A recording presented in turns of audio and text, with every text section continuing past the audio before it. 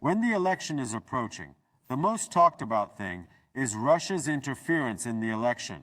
And this interference in the election is generally perceived from time to time as Trump using hostages.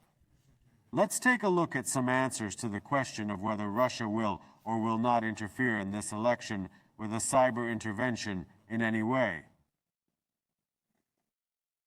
The United States is on alert against any scenario that could jeopardize election security.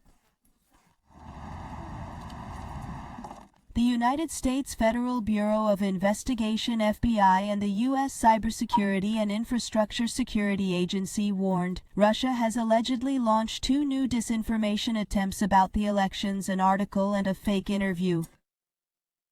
Russia-linked actors created images and fake articles to undermine the legitimacy of the election, instill fear in voters about the electoral process, and suggest that U.S. citizens are using violence against each other because of their political preferences. In this context, Moscow was warned against the possibility of publishing similar content on Election Day.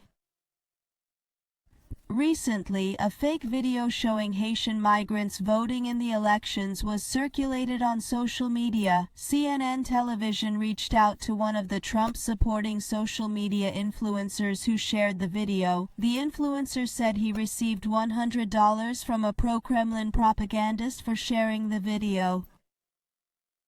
On the other hand, there are fears that pro-Trump groups will not recognize the results and will take to the streets in a chaotic manner if Harris emerges victorious from the polls.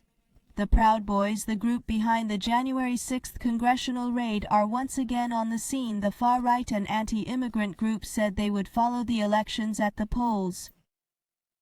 According to an analysis by the nonprofit research organization Advanced Democracy, the Proud Boys Telegram channels, especially since October, have been broadcasting content implying that the election of 2024 will be a Trump landslide.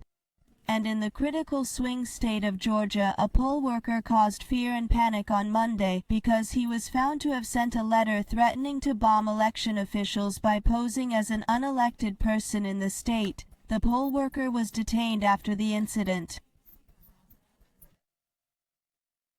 Security measures are at the highest level all over the country, especially in the capital, Washington.